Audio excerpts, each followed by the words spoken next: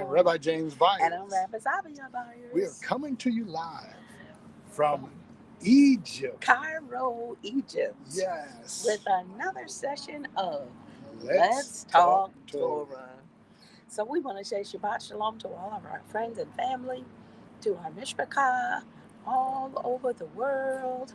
We are excited about being here. And we are just going to get into the tour. We've been touring Egypt for the past few days. Yes. We have about a couple of weeks that we're going to be here. And so we've gone through a week already. We got another week to go, where we would go into some of the parts of Egypt. The southern region. Yes. So at the moment we're in Cairo, and we're touring around Cairo.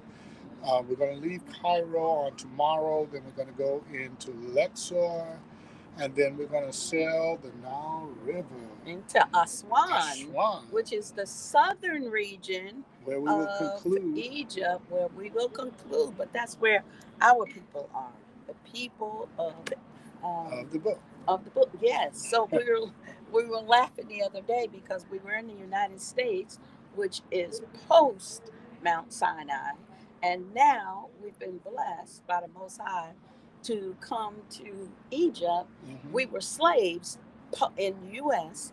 post Sinai, and now we're blessed to be able to come into Egypt and visit where our forefathers were pre-Sinai slaves. So this is a pretty interesting journey. It is very interesting. A little tidbit of a piece. While our experience here,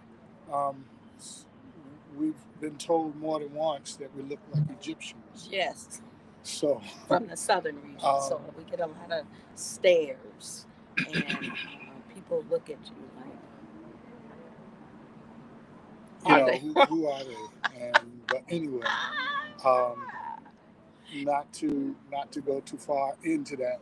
But this is actually a beautiful place. Mm-hmm. And so as we are enjoying our visit here in Egypt, we're going to go ahead and jump into a little bit of today's topic, which is going into Genesis chapter 25, starting at verse 19 on through. You want to go into Facebook and do the public? Just do that real quick. Okay. So Genesis chapter 25, verse 19 and through chapter 28 is going into, or beginning with, the next generation, which is Yishak. Yishak, and then he and Rivka they marry, and Abraham, Isaac, and then Yaakov.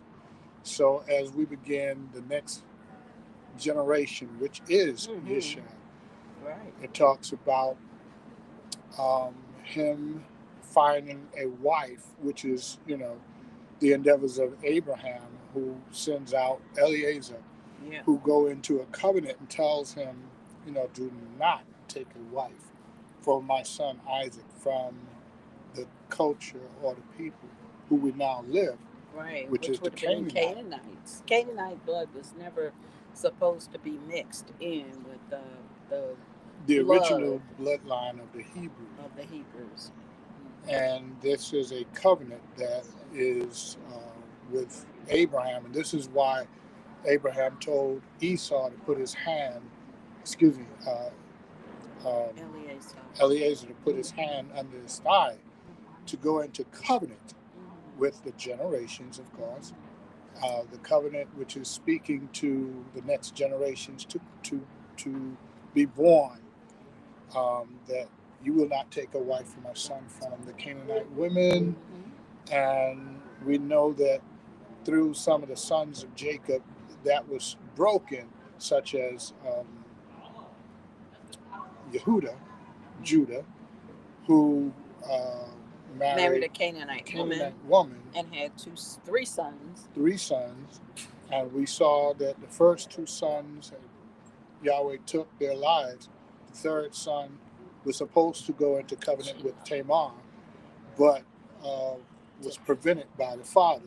And Tamar ended up restoring back the bloodline of her father, of the father Yehuda.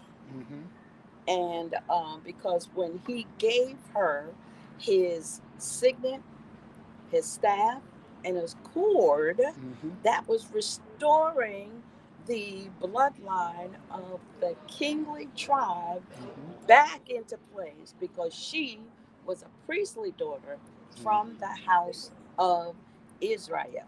And Then bringing in the king priest role. That's what Tamar did. not only Tamar, but Yehuda also, because he is the root of the kingly tribe, Judah himself. And so what we see is Judah unknowingly Mm. take Tamar as a bride who was the bride of his sons, two sons, and supposedly of the third son, but he withheld that. And she then dressed as a harlot, dressing as a harlot, um, as she dressed as a harlot. Um, Yehuda then unknowingly took her as a harlot and um, gave seed. And once the the birth of the child was Isaac, and Isaac is the promised seed, which we know Yeshua comes down through the bloodline of Isaac. So we can see where the father prevented a wrong from taking place and restoring the bloodline. So Of Yehuda through Yehuda Tamar. through Tamar, Tamar was the glue here, exactly, because Yehuda had gone outside of who he was supposed to marry, and Tamar brought that bloodline back in and solidified it in her sons, that was twins born exactly, by her father-in-law, restoring her father-in-law's line. And this is one reason why Yehuda says she was more righteous than I. right, and that's because she, as she veiled herself, he didn't know who she was. He didn't know. And so he Right. paid her to, you know, have intimacy. And she went away. A few months later, found out that she was pregnant. And in finding out that she was pregnant, uh, they they were told to bring her and let her be burned. So this is how we know that she was the daughter of a priest, because this is the Only law. priest daughters get burned. Exactly. If For the harlotry. daughter of a priest whores herself, then her penalty is to be burned. So this is how we know that Tamar was a priestly. A priest daughter. Yes. So. And as a beautiful picture of Yeshua coming down the tribe of Yehuda, and him being a king priest through Tamar, who was of the priestly line. So you have Yehuda, the king tribe line, and um, Tamar, the priest. From the priestly line. Yeah, prophetic picture of Hamashiach. All right. So to just kind of bring into a few verses so that we can kind of get a nice little picture. Genesis 25:19 says, and this is the genealogy of Yishak, Abraham's son. Abraham brought forth Yishak. Yishak was 40 years old when he took Rivkah as wife, the daughter of Bethuel, the Armenian of Padan Aram, the sister of Laban the Armenian. Yishak prayed to Yahweh for his wife because she was barren, and Yahweh answered his prayer. And Rivkah, his wife, conceived, and within her the children struggled together, and she said, if all is right, why am I this way? So she went and asked Yahweh. She went and asked Yahweh. And Yahweh said to her, two nations are in your womb, and two nations or two peoples shall be separated from your body, and one people shall be stronger than the other, and the older serve the younger. And when the days were fulfilled for her to give birth, and see twins were in her womb, the first came out all red all over, like hairy garments, so they called his name Esau. And afterwards, his brother came out with his hand holding on to Esau's heel, so the name was called Yaakov. And Yishak was 60 years old when she bore them, and the boys grew up, and Esau became a man knowing how to hunt, a man of the field, while Yaakov was a complete man, dwelling in tents. And Yishak loved Esau because he ate of his wild game, but Rivkah loved Yaakov. There we So go. we're going to kind of just close it in right there because, as you can see, that brings in the next generation, the third generation, going from Abraham, Isaac, then Jacob. And so from Jacob, we have the two sons, which is Esau and uh, Jacob himself. But from him come the 12 sons. And the 12 sons, of course, brings in the fulfillment of them going back to the land of Canaan, and the rest from there.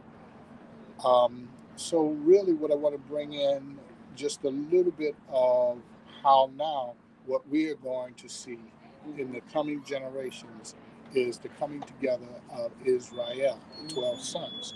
So I'm going to kind of leave it right there. But as you can see, Yahweh is preparing his people for the re or restoration of Israel worldwide. And we see that awakening happening all over the world. We see people waking up, and we've got 10 million YouTubers on YouTube saying, I'm the house of Israel. I just found out. Let's read the Torah. So we see we see that happening all over the world, that restoration. And what's so awesome about being here in Egypt, we get to see what our forefathers truly look like, and it's not whitewashed. So they can only do that to a certain extent. But what we do see are and we'll post some of those pictures. We do get to see um, the carvings. We've gone to the pyramids, and we've looked at the hieroglyphics on the walls and the tombs. And it's very clear that if they wanted to make something white, they could, because they colored the garments white, but they colored the faces and the legs and the arms and bodies of the people, the original people, the color that they were, and the color that they were, like us, nice and brown. And so as we look at that, we see that even with that, the whole transatlantic slave trade and going back to understanding who we are as a people, wanting to go back to the African, coming back. I have to remember we are on the African continent, but coming back to the African continent, that it is solidifies with us as a people who we truly are, and that we aren't just some little jungle bunnies that jumped out, that came out, that got off a slave ship one day, shackled and chained. But there was a reason that all of that happened, because there was a promise that was given to Father Abraham. Right. That because of him, all of the nations of the earth will be blessed. So that's all of the nations. So uh, Joseph, the picture of Joseph, his coat, the picture of all of our people, um, is a coat of many colors, where we have people of many nations, many colors, many cultures of people, but all one people, and that's Israel. And Yahweh is truly working on restoring his people, and has begun many generations ago. Right. But as David wrote in Psalms 23, you prepare a table for me before in the presence of of my enemy.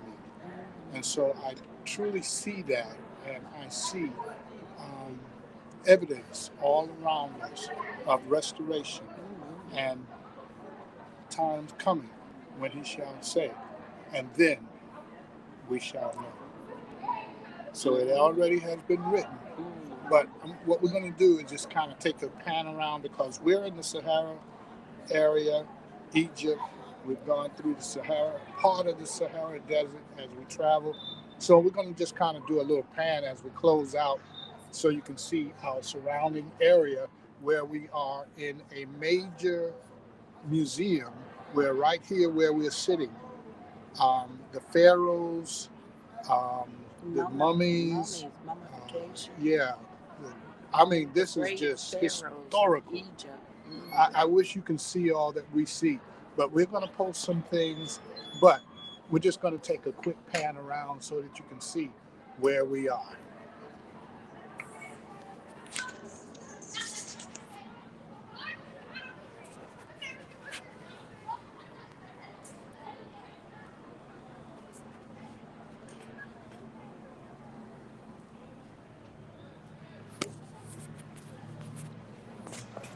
So we like to say once again, thank you for viewing another edition of Let's Talk Torah.